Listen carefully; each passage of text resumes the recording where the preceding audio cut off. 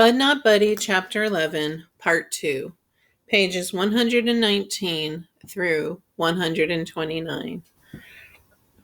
Food!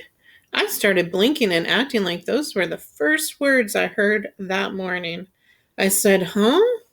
Like I was kind of confused. The woman smiled real big and said, oh, I see that got your attention, didn't it? Good morning, young man. Good morning, ma'am. Good morning, Mr. Lewis. He said, hey, you remembered my name. I'm impressed. Good morning, Walking Willie. We've got to hit the road in a bit. Better hurry up and get some food in your belly. He acted like he was whispering just to me when he said, the food in this joint ain't the best, but I guarantee after you eat here, you won't be hungry for days. This meal's going to be sitting on your stomach like a rock for a good long time. The woman said, ignore him, Bud. My father doesn't mean anything.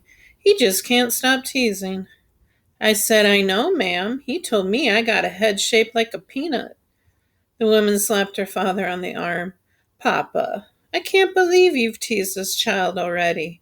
What is on your mind? Lefty Lewis rubbed his hand over my head and said, look at this nugget. I rest my case. Boy looks like one of George Washington Carver's experiment, sprouted legs and run off. You sure you're not from Tuskegee, Alabama, Bud? I said, no, sir. The woman sucked in her lower lip and swallowed a smile before she said, see, Bud, he can't help himself. But he really doesn't mean anything to you, Papa. The way she asked that, you'd have to be pretty stupid not to know how to answer her. Lefty Lewis said, not a thing. It's just that you... His daughter spoke up. My name is Mrs. Sleep, Bud. Pleased to meet you, ma'am.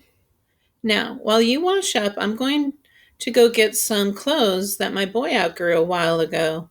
Barely been used. So when you get dressed, you come on down and we'll eat. You chose a great day to visit. We're having a very special breakfast today.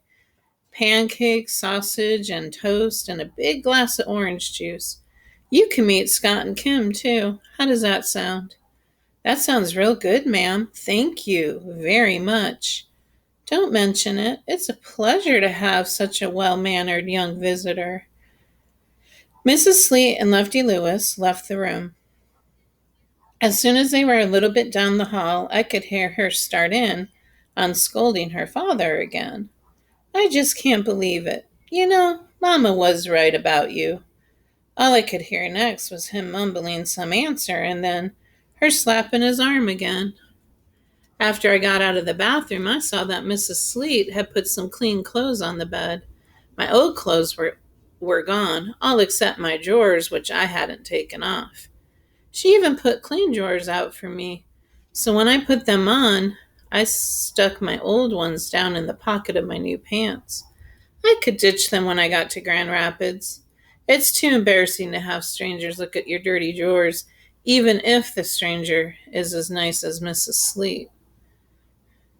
The new clothes were just a little bit too big, but they were long pants and not knickers, so I didn't care.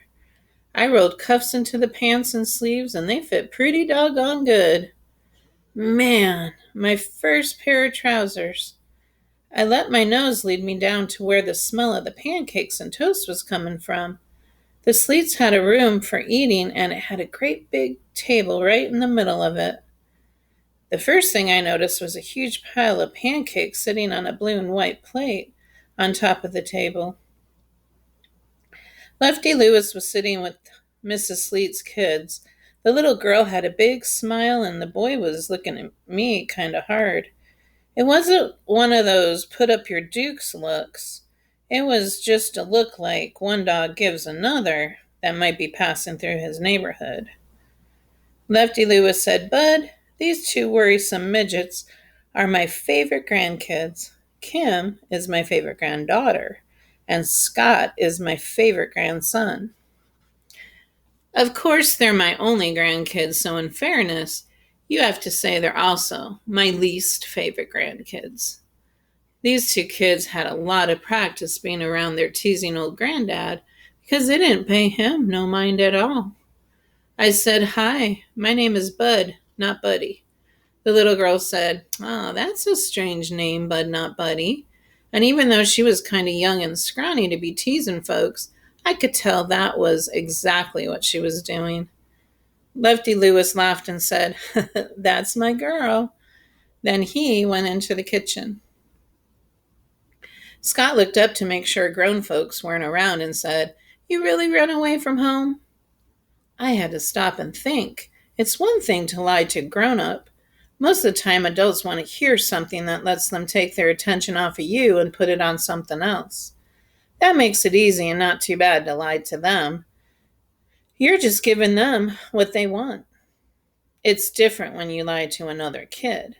Most times, kids really do want to know what they're asking you. I guess I've been thinking too long because he said, "You ran all the way from Grand Rapids to Oswego? Was it 'cause your daddy used to beat you?" I could answer that with the swear for God truth. Shucks, my daddy never laid a hand on me in his life. Then how come you run? I didn't like where I was. That wasn't a lie. Well, if you're lying about your daddy beating you, you better scram right after breakfast 'cause my gramps is taking you straight back home. My daddy never laid a hand on me. The little girl said, "Scott, you talk too much. Let him sit down." Then she told me, "Mama's going to be bringing the sausage in a minute. You like sausages?" Uh-huh. I never had sausages before, but if that was what was making the house smell so good, I was going to love it. Kim said, "Good, 'cause my grandpa brought them all the way from Grand Rapids. He always brings us good food, and we're going to share it with you 'cause Mama says you're a special guest, and we have to treat you nice. Am I being nice?" "So far." "Good. I'll make a deal with you." Uh-oh. "What kind of deal?" "I'll sing a song that I made up all by myself, and when I'm done, I get to ask you one question. And you have to answer and cross your heart that you'll tell the truth." This didn't sound too bad. Okay, here goes. It took me a very long time to make this song up, so I hope you like it. The boy said, "Oh, brother." Kim sang, "Mama says no. Mama says no. I listen, you don't. Wah ha ha. The building falls down. The building falls down. You get crushed. I don't. Wah ha ha ha." Boy, that was about the worst song I'd ever heard. Kim stood up and bowed like a princess. I clapped my hands together, kind of soft, under the table. She said, "Thank you very much." Scott just shook his head. Kim said, "Okay, that was my part of the deal. Now you've got to keep your part and answer any question I ask." "Okay. Now, you can tell me all about how your mother died." Scott's foot kicked at her under the table. I said, "Who told you my mama died?" The little girl said, "Oops," and stuffed something from her hand into her mouth. "My mama got sick. She died real fast. She didn't feel no pain or no suffering." Kim said, "I hope my mother never dies." Scott said, "Stupid, everybody's got to die." Kim said, "Ooh, I'm telling Mama, you call me stupid." He said, "You do, and I'll tell her that you've got one of those pancakes in the pocket of your dress." She shut right up. I told her he's right. Everybody's got to die.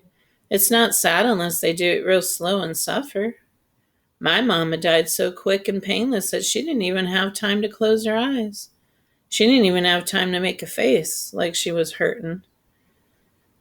Both of Lefty Lewis's grandkids looked real surprised at this news. Mrs. Sleet came into the room with another blue plate covered with little round pieces of meat. Those had to be the sausages. She saw the way her kids were looking at me with their mouths half open and said, "Now you two aren't talking Bud's ear off, are you?" Scott said, "No, Mama, I'm not. But Kim's coming real close to." Kim said, I was not. I was just making pleasant conversation. Mrs. Sleet laughed and set the plate on the table right in front of me. Lefty Lewis came out with a big glass jug filled with orange juice and sat down next to me. Mrs. Sleet said, Scott and Kim, would you say grace, please? Everyone ducked their head down, and the two kids said, God is great, God is good. Let us thank him for our food. Amen. Then people started passing the big blue plates around, stabbing toast and pancakes and sausage with their forks. I watched to see how much everyone took and tried to take the same. Then I started to watch how much food the two kids put on their forks every time so I wouldn't look like a pig. Lefty Lewis noticed I was taking a long time and told his daughter, See what I told you, Nina? Poor Bud Not Buddy is so skinny, and his stomach has shrunk down so much that just smelling the food has got the boy full. Oh well, I guess that just means more food for the rest of us. Everyone except for me and Mrs. Sleet yelled a big cheer. Eating with the Sleets and Lefty Lewis was really hard to do. Not because they had bad table manners or nothing, but because they talked through the whole breakfast, and they kept trying to get me to talk too. At the home, after grace was said, we weren't allowed to say boo. Eating and being quiet is a hard habit to break. Every time one of the Sleets would talk to me and look at me like they expected an answer, I looked around first to make sure no one was watching. At the home, if you got caught talking during mealtime, you'd have to get up and leave your food. If these Sleets had to live under those rules, they'd all starve to death. They talked after every swallow. They talked after every drink they took. They talked whilst they were wiping off their lips. Shucks, the little girl Kim talked with milk running down her throat. Some of the time, her words got glugged up in what she was swallowing. And they laughed. Man, did they laugh. It was hard to tell whose stories they were laughing at. They were doing so much chattering. Lefty Lewis was talking about a radio shows, and Scott was talking about going to a baseball game to watch Lefty Lewis pitch, and Kim was talking about a little girl she didn't like, and Mrs. Sleet was talking about some people called redcaps. Kim said to her mother, Mommy, can't you tell that Bud Not Buddy doesn't know what a redcap is? You gotta explain better. Mrs. Sleet said, Oh, sorry, Bud.